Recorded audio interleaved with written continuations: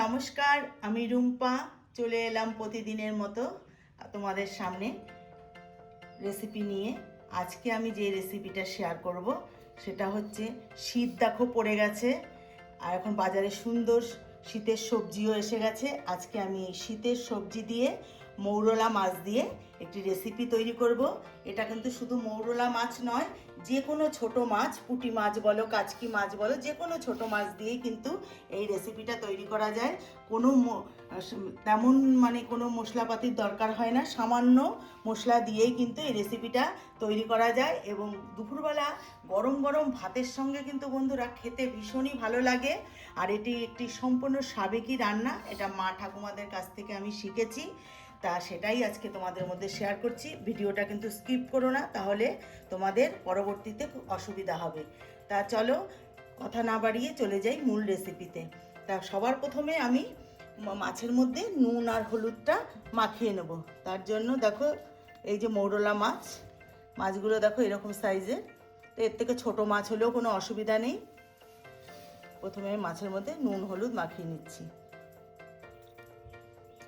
দিয়ে দেবো হলুদ গুঁড়ো।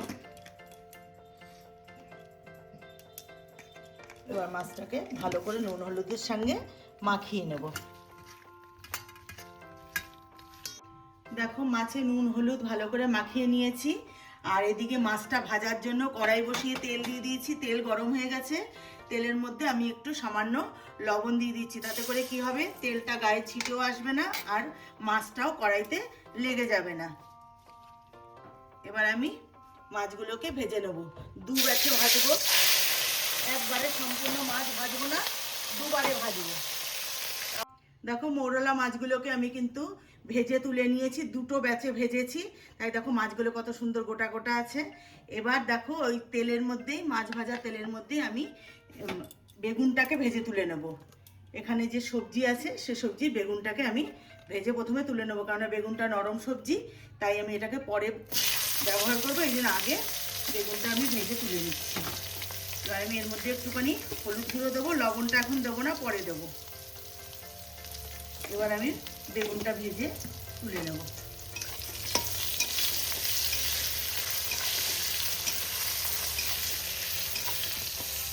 দেখো বেগুনটাও আমি ভেজে তুলে নিয়েছি, বেশ লাল লাল করে ভেজে নিয়েছি।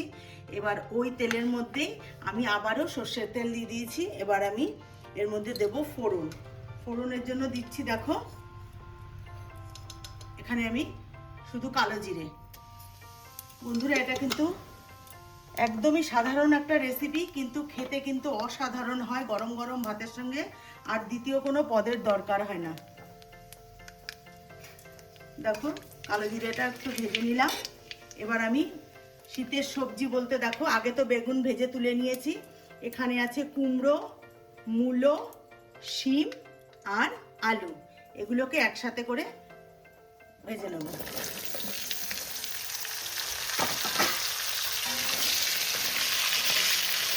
দেখো সবজিটা একটু হালকা ভেজে নিলাম। এবারে এর মধ্যে দিয়ে দেবো কুচনো পেঁয়াজ।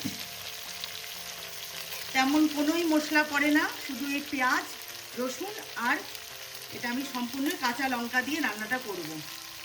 এবার পেঁয়াজ কুচিটা সবজির সাথে একটু হালকা ভাজবো, ভেজে বাদ বাকি মশলাগুলো আমি এর মধ্যে অ্যাড করব। দেখো সবজির সাথে পেঁয়াজটা কিন্তু আমার ভাজা হয়ে গেছে, দেখো পেঁয়াজের কালারটা চেঞ্জ হয়ে গেছে। এবার আমি এর মধ্যে বাদ বাকি মশলাগুলো দেব। আমি এর মধ্যে দিয়ে দেবো এবার দেখো আগে থেকে আমি রসুন আর এই যে পাকা যে কাঁচা লঙ্কাগুলো আছে সেগুলো আমি হামনদিস্তায় থেতো করে নিয়েছি। তোমরা চাইলে কিন্তু শিলপাটায় পিষেও নিতে পারো, তা আমি হামনদিস্তায় থেতো করে নিয়েছি, একদম মিহি করে করেছি থেতো। আমি এখানে 5 থেকে 6টা কাঁচা লঙ্কা দিয়েছি, ঝালটা তোমরা তোমাদের পছন্দ মতো দেবে, এটা একটু ঝাল ঝাল হলেই ভালো লাগে। এবার দিয়ে দেবো কেটে রাখা টমেটো, একটা বড় সাইজের টমেটোকে সরু সরু করে কেটে নিয়েছি। এবার আমি এর মধ্যে দেব হলুদ গুঁড়ো, পরিমাণ মতো হলুদ গুঁড়ো দেব, আর দেব লবণ। এবার আমি লবণটা দেব, এটাও পরিমাণ মতো দিয়ে দেব। এবার আমি সব কিছুর সাথে রসুন, কাঁচা লঙ্কা, টমেটো, হলুদ দিয়ে মশলাগুলো আমি দিলাম, ভালো করে আমি কষিয়ে নেব। বন্ধুরা, আমারও বিশ্বাস যে তোমরাও বাড়িতে একবার এইভাবে রান্না করে দেখবে, খেতে ভীষণই ভালো লাগে, তোমাদেরও ভালো লাগবে। গরম গরম ভাতের সঙ্গে আর দ্বিতীয় কোনো পদের দরকার হবে না, এই এক পদেই কিন্তু খাওয়া হয়ে যাবে। এতটাই টেস্টি হয় এই শীতকালে এই রেসিপিটা যদি তৈরি করে খাও। যে কোনো ছোটো মাছ দিয়ে কিন্তু তৈরি করে নিতে পারো। এবার আমি ভালো করে মশলাটাকে কষিয়ে নেব। দেখো, সবজির সাথে মশলা কিন্তু আমার ভালো করে কষানো হয়ে গেছে। টমেটোটা দেখো একদমই গলে সবজির সাথে মিশে গেছে। এবার আমি এর মধ্যে জল দেব। জল কিন্তু খুব বেশি দেবো না, এটা গা মাখা ঝোল হবে, খুব বেশি ঝোল হবে না। সেটাই কিন্তু ভাতের সঙ্গে মেখে খেতে খুবই ভালো লাগবে। এই যে আগে থেকে জল ফুটিয়ে রেখেছিলাম, সেই জলটাই আমি দিচ্ছি। কেননা সবজি কষাতে কষাতেই কিন্তু 50%-এরও বেশি সেদ্ধ হয়ে গেছে, তাই খুব বেশি জলের প্রয়োজন নেই। এবার আমি এর মধ্যে ভেজে রাখা মাছ আর বেগুনটা দিয়ে দেব।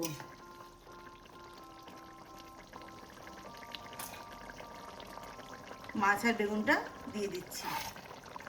এখানে কিন্তু খুব বেশি মাছের প্রয়োজন হয় না, অল্প মাছেই কিন্তু এই রেসিপিটা তৈরি করা যায়। দেখো, আরেকটু জল আমার লাগবে, আরেকটু জল দেব।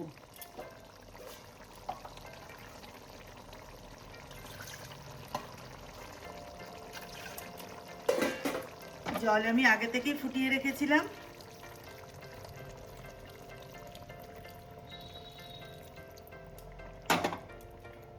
এবার আমি ঢাকনা দিয়ে ঢেকে কিছুক্ষণ ফুটিয়ে নেব, তাতে করে কিন্তু আমার রেসিপিটা তৈরি হয়ে যাবে।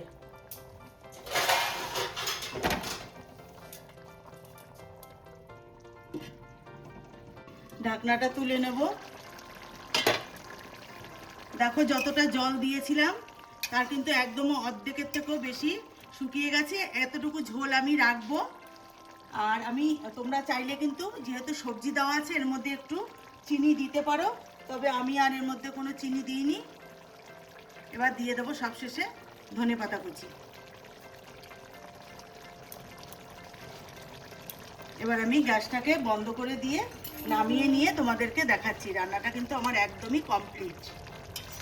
দেখো বন্ধুরা, শীতের সবজি দিয়ে মৌরলা মাছের রেসিপিটা একদম আমার রেডি। আমি একটা পাত্রে উঠিয়ে নিয়েছি। এটা কিন্তু সম্পূর্ণ একটা সাবেকি রান্না, খেতে ভীষণই ভালো হয়। তোমাদের কাছে অনুরোধ রইল, বাড়িতে অবশ্যই একবার বানিয়ে খেয়ে আমাকে কমেন্টস করে জানাবে। আশা করছি তোমাদেরও ভালো লাগবে। আর রেসিপিটা দেখার শেষে কিন্তু একটা লাইক করতে ভুলো না, শেয়ারও করে দিও তোমাদের বন্ধু বান্ধব আত্মীয় স্বজনের মধ্যে, তারাও এই রেসিপিটা তৈরি করে খেতে পারবে। তাহলে আমার চ্যানেলের নতুন বন্ধু হয়ে থাকলে চ্যানেলটিকে সাবস্ক্রাইব করে নেওয়ার অনুরোধ রইল। যারা করেছো তাদেরকে অসংখ্য অসংখ্য ধন্যবাদ। আর যারা ফেসবুক থেকে দেখো, ফেসবুকের পেজটি অবশ্যই ফলো করে নিও। তাহলে আজকের মতন ভিডিওটি এখানেই শেষ করছি।